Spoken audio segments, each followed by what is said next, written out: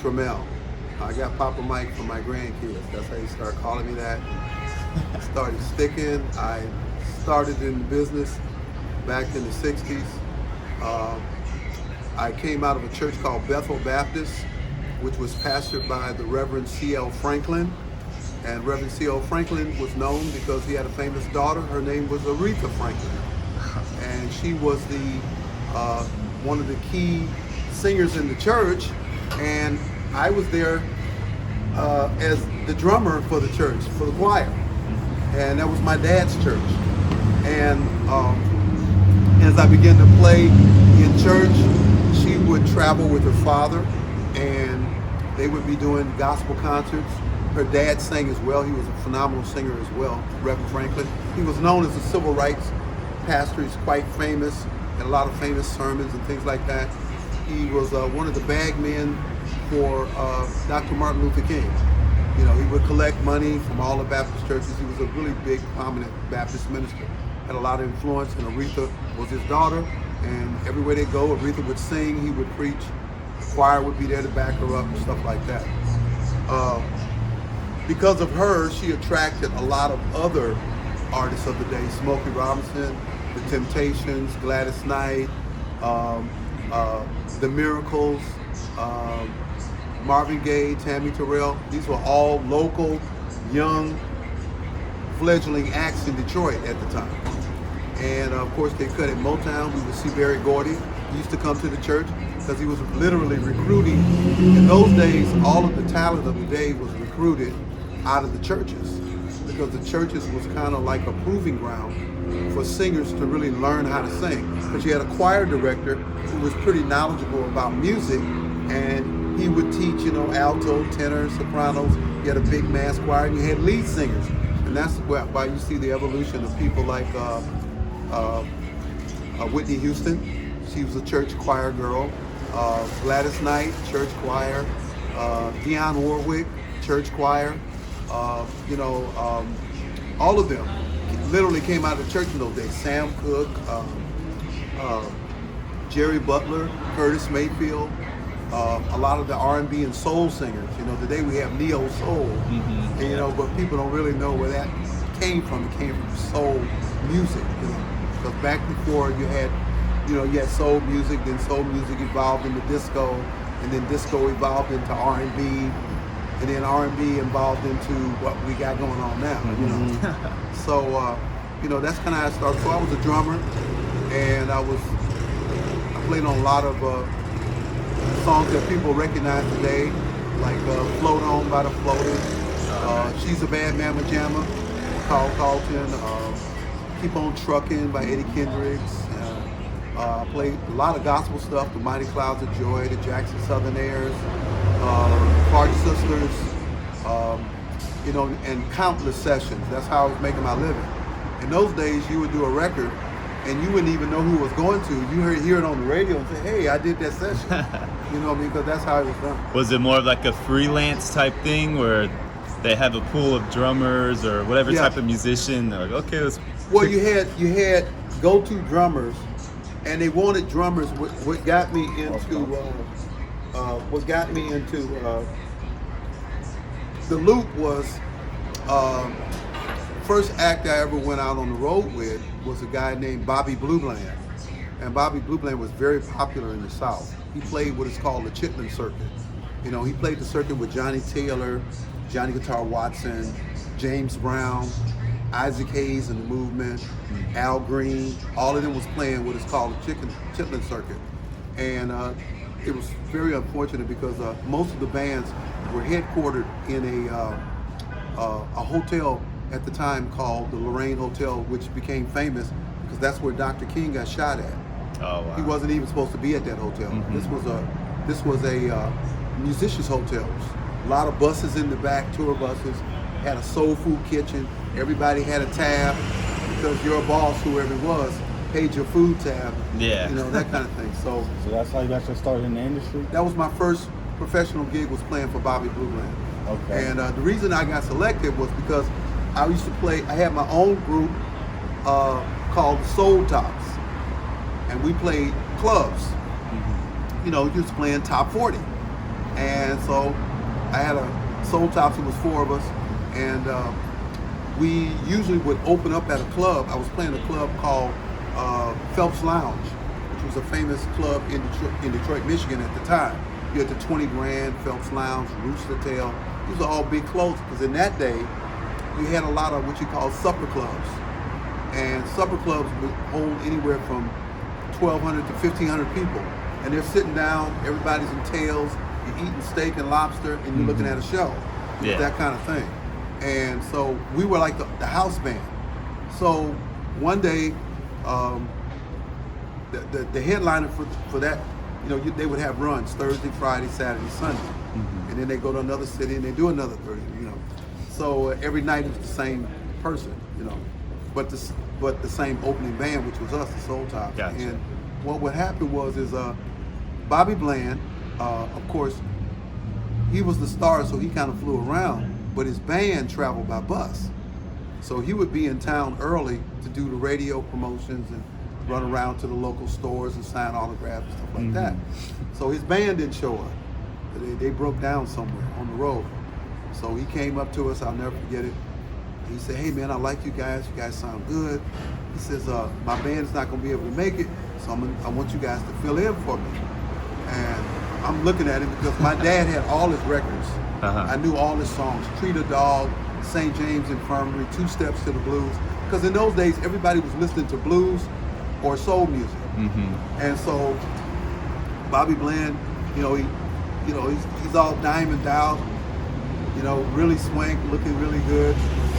I'm a kid, comes out with a roll of money like this, and he just kicks us off like, I think if I remember right, about $500 a piece. I had never seen that kind of money in my life. Wow. And this in the 60s. Yeah. Oh yeah. And so he says, "I want you to be in my band." He says, "You know my songs, I'm only gonna do all my radio hits."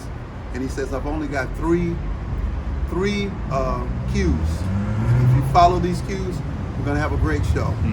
And he says, "If you see me do this, that means repeat." He said, "If you see me do this, we're going home. And if you see me do this, that means go back to the top of the song." Simple enough, huh? That's all we had to watch.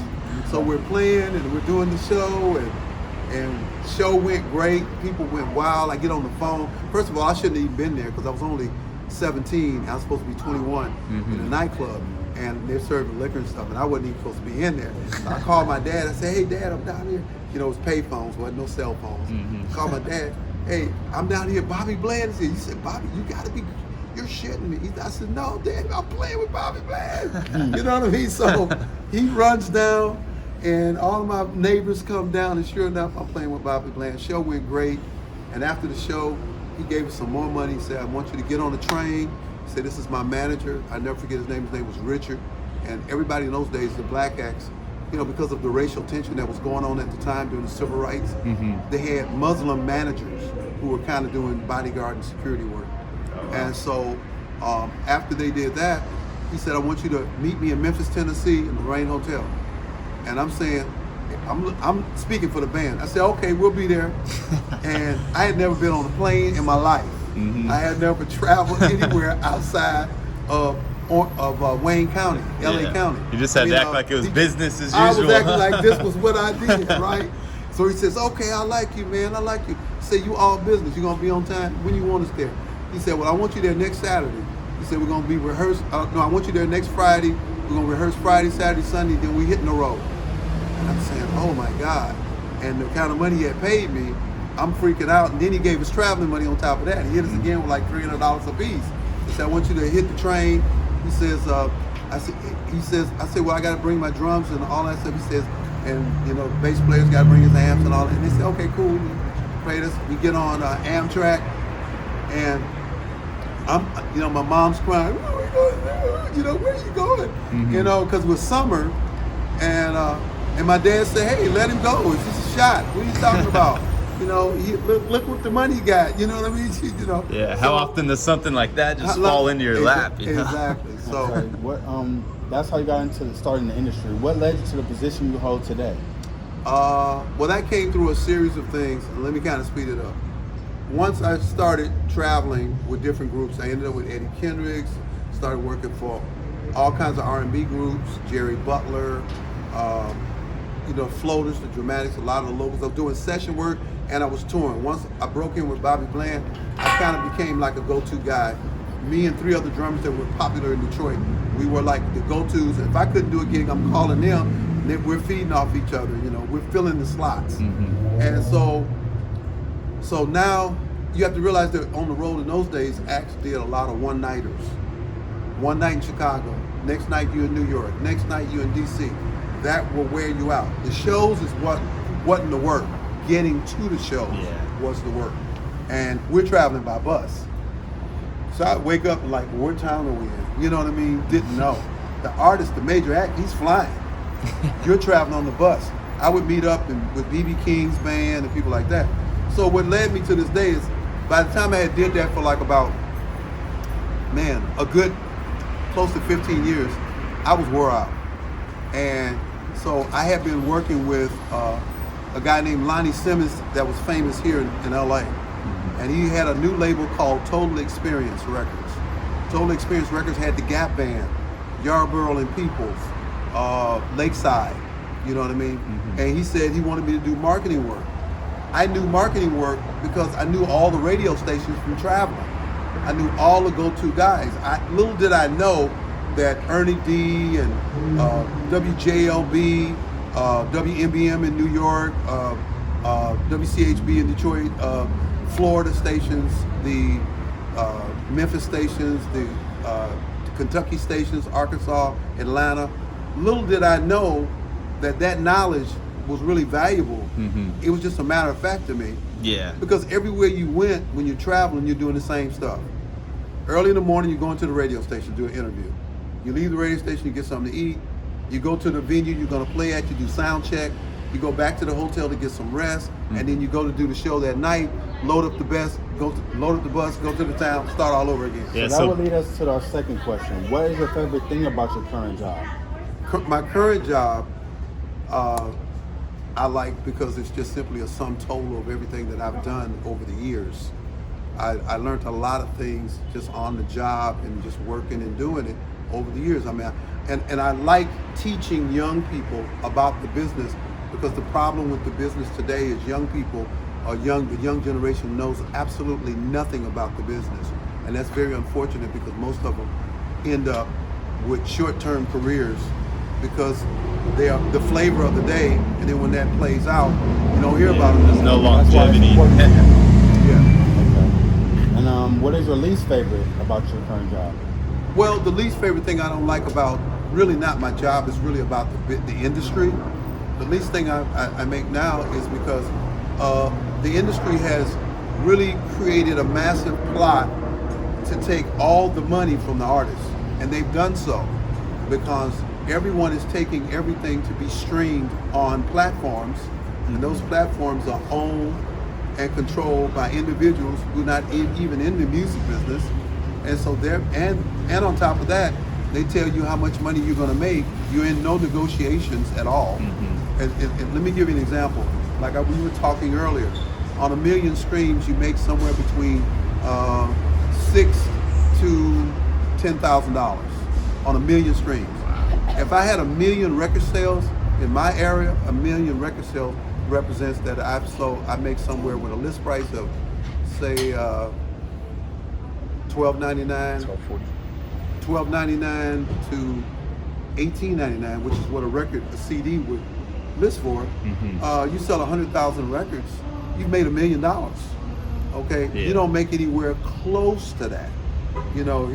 What you guys make, what they make now is really, really ridiculous. It's ridiculous, and it's coming to light because a lot of the big acts are complaining.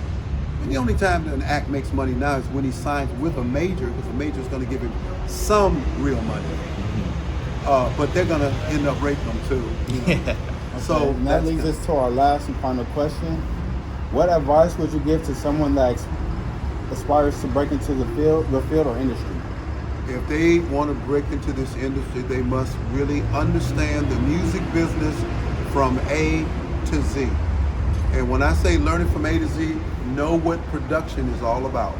The production, because that's where you're spending costs. You're creating a product through production. That's all it is. Music, songs, artists. So production, then production goes into manufacturing, where we don't have any manufacturing now, because everything goes to upload.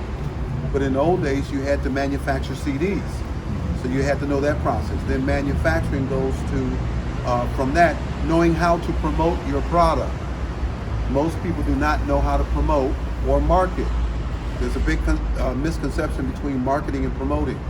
Promoting means I'm promoting to the general public. Marketing means I'm packaging things in such a way that causes you to buy it, even if you don't want it. You see what I'm saying? That's what marketing is. So back in the day, good marketing men for record company, they made their bones on selling records that people didn't want to buy. Not selling Michael Jackson, selling the record that, didn't want it. And they had different techniques that I learned over the years that would sell records, and different techniques to get a record played with no money. Wow. You can get a record played with no money. What would one of those strategies be to get you to buy a record that you necessarily weren't in the market for? Good question.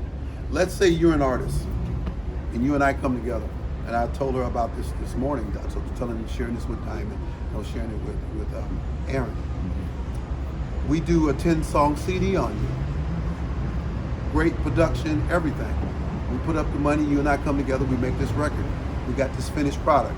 Okay, what we're going to do now is we're going to create our own website. We're not going to give it to any platform. Mm-hmm. We are now going to go out and look for sponsors to do a show. Let's say you're a rock band. Okay, I found a sponsor or a bank loan or whatever to go get Aerosmith to open up to do this show. Aerosmith wants $150,000. I pay Aerosmith $150,000. I go get the arena and get the form. We know it's going to be a sellout, and you're the opening act on the show. And then what happens is I make sure to include your download in every ticket that's sold. So basically, if the show sells out, if it sells out at $100 a pop at the forum, I made $3 million.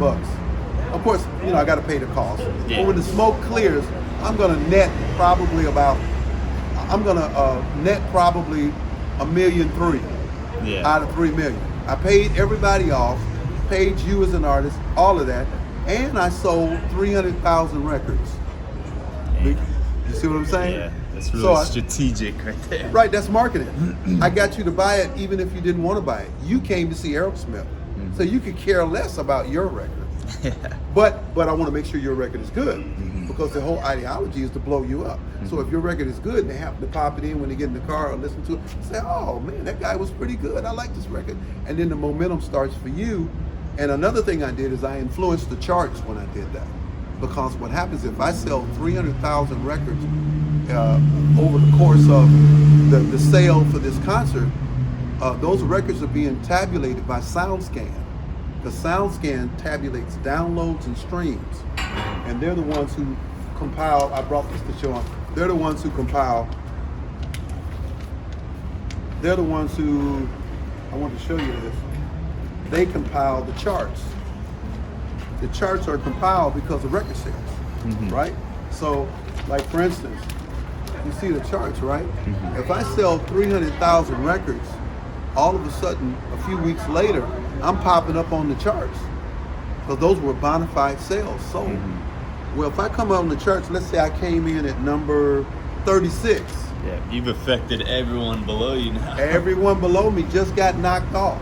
And guess what? All eyes of the industry just got on me. Because when I started working at Capitol, I used to work for Capitol, and I used to work for Total Experience, and I worked also for Polygram. I worked for Solar Records. Every executive every week is looking at this. They want to know, is the record going up or is it going down? Yeah. If I come in, all of these guys shifted down, and on top of that, this guy right here got knocked off. I'm totally independent with you. If he just got knocked off, who do I go make a deal with? Yeah. Or who can I make? Because that's essentially the stock market for the music industry right there. This the whole deal. Well, I appreciate you, Michael, for this interview. Appreciate it. Thank you for your time and your knowledge. I'll get a handshake Yeah, too. yeah. You got it, Yeah, man. that was real. This conversation could go on for days, honestly. Oh yeah. Thank you. Well, I just wanted to say, to conclude the interview by saying I wanted you to check out my new book that's going to be coming out late this year, 2020, somewhere around September, November. It's called Everything You Wanted to Know About the Music Business But Had No One to Ask. That's going to be coming out. I want you to check that out. You can also go to my Facebook page. I am a minister as well. You can go to Minister Michael David Trammell. And you can and also inbox me at mtstreetgospel@yahoo.com, and also check out www.iconicworldwideentertainment.com. I'll see you later.